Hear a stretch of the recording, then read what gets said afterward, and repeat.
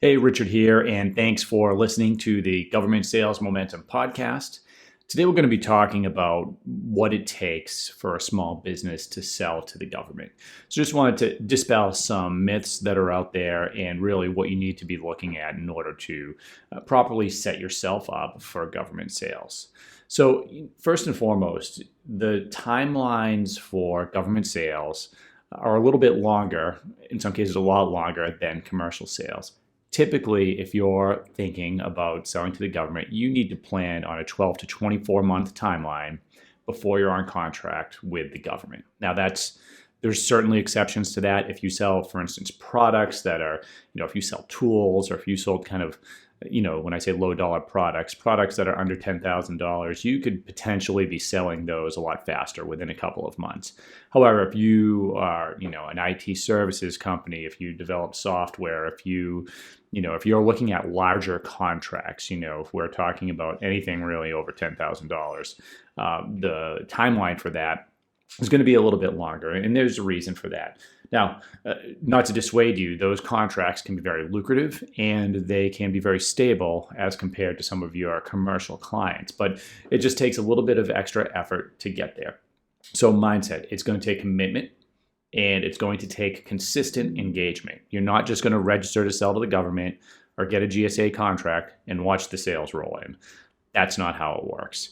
So once you have the mindset of, hey, this is going to take some time, but, could be a very profitable arm of our business, then we can talk about some of the initial steps, right? So first, you need to be registered to sell to the government. Now, you can register through sam.gov, and there are some things associated with that. I'm not going to get into all the details of what registration is. You could certainly reach out to us and we could talk about that. But you're going to need a DUNS number, you're going to need a cage code, and the site will walk you through how to get a lot of those. The next thing you're going to be thinking about is, what type of small business am I? Are you qualified for some of the certifications that are out there that can give you an advantage in bidding on contracts? Some of those certifications, and I'll do an episode on these, but so let's see, service disabled veteran owned business, right?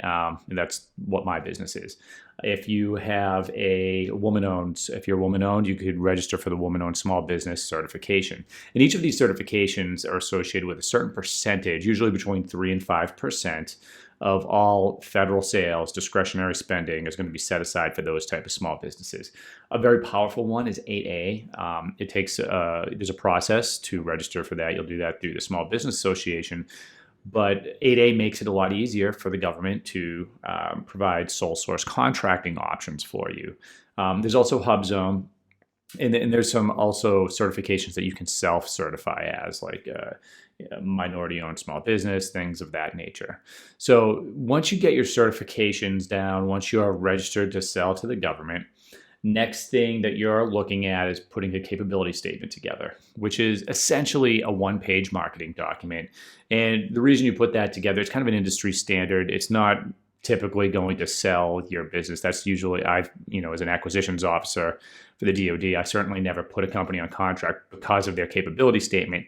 However, I can tell you, companies that met with me, if they didn't have one, it told me that they either were brand new or really didn't understand the process. It's an industry standard. You need to do it. It should be one page. Again, we'll do an episode just on capability statements and the type of information that's going to be in there. And you can find a lot online too. So this is all to say, you're getting yourself set up to sell to the government. You understand what the timeline is going to look like. And now you need to have a plan, right? And really that planning starts before the certification. But, the first step is, does the government buy what you sell, right? And almost always the answer is yes. I used to say the only company that came to me that I couldn't find a purchase for or a requirement for was a company that sold cannabis, and of course, federally, that's illegal. However, since I have been saying that, opportunities actually just popped up for cannabis in the research realm. One of the agencies is doing some research associated with that. So even there, we're seeing some requirements and some opportunities. So typically the government buys almost everything, right? And if you think about it, that makes sense, right? The federal government is the single biggest purchaser of goods and services in the world. If you think just about the Department of Defense, they're not just buying weapons and aircraft and the maintenance trail that's associated with those. But if you think about it, every military base is kind of like a mini city. So everything associated with a regular city, whether it's food or the BX, which is kind of like a store, they're selling clothes and they're selling soap and different products. They have golf courses and bowling alleys and movie theaters and police and hospitals.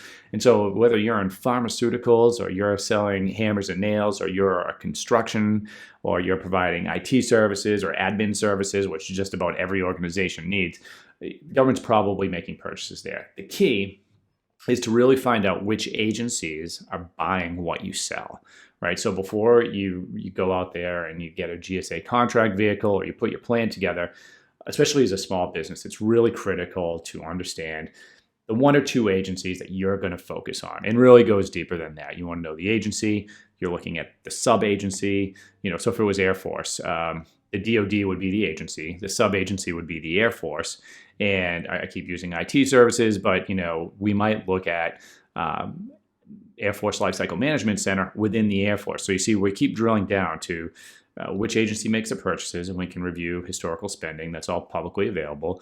Then we go to the sub-agency, so we say, okay, Air Force is where we're going to focus because either we have a network there or we've sold to them before, or they're just making a ton of purchases in the area, in the industry that I'm in.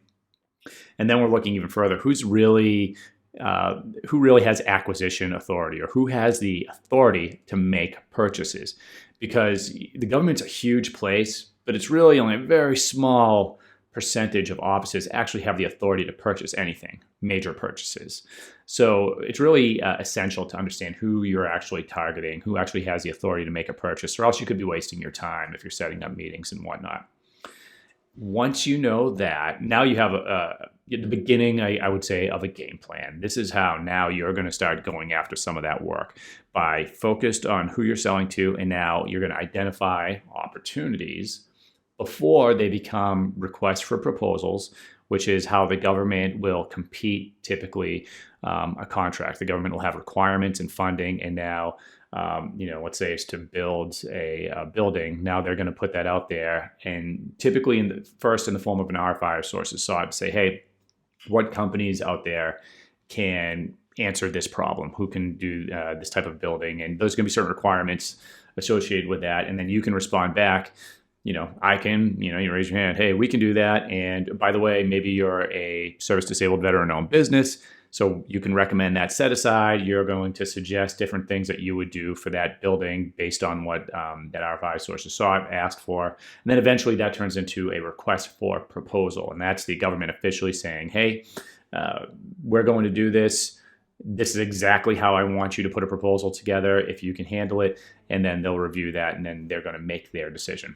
And of course, that's a timeline, right? From an RFI or a forecast to becoming an RFP and then making that decision and hiring the company, that could be 18 months, right?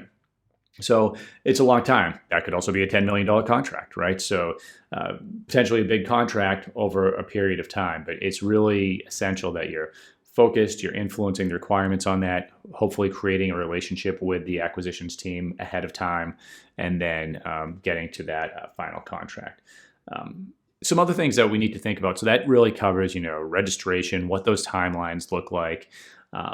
Another thing that you may want to consider is what your team looks like right now. So if you're a small business, it's just one or two of you, three of you, and you don't have commercial sales, you need to be prepared for how you're going to sustain over that timeline when you're trying to get, especially your foot in the door for the first time on a government contract.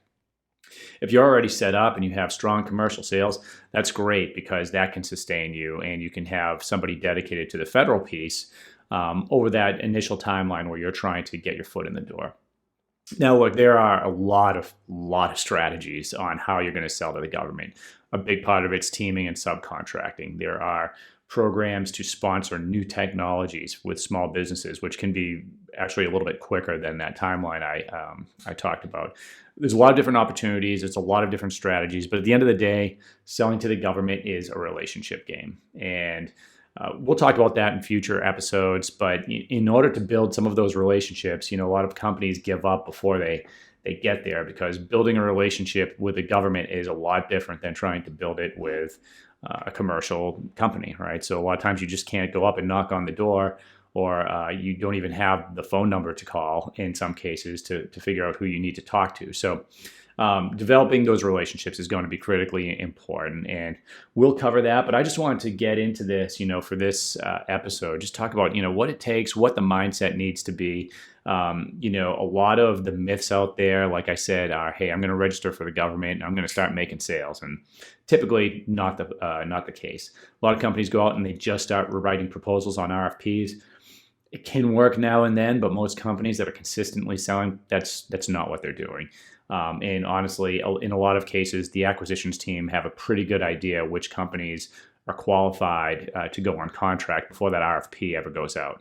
They need to know that companies can handle the problem set they're trying to solve. So knowing that, another thing, if you're thinking about a GSA contract vehicle, that can be a great mechanism for you, a great contract vehicle, a great way for the government to hire you.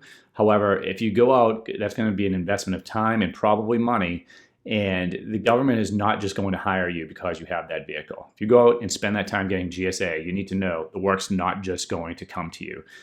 That's a mechanism, and that can inspire trust and confidence with the government for your company. But you want to make sure that the organizations you're trying to sell to actually use that vehicle substantially to really validate you going after that vehicle at all. So just a couple things that we wanted to talk about. We're always here to help. Our website's richardchoward.com. You can fill out a consultation form, contact me directly. I'll put my email in the notes. Any questions you have, feel free to reach out and we can talk about it. Great. All right. Well, have a good day.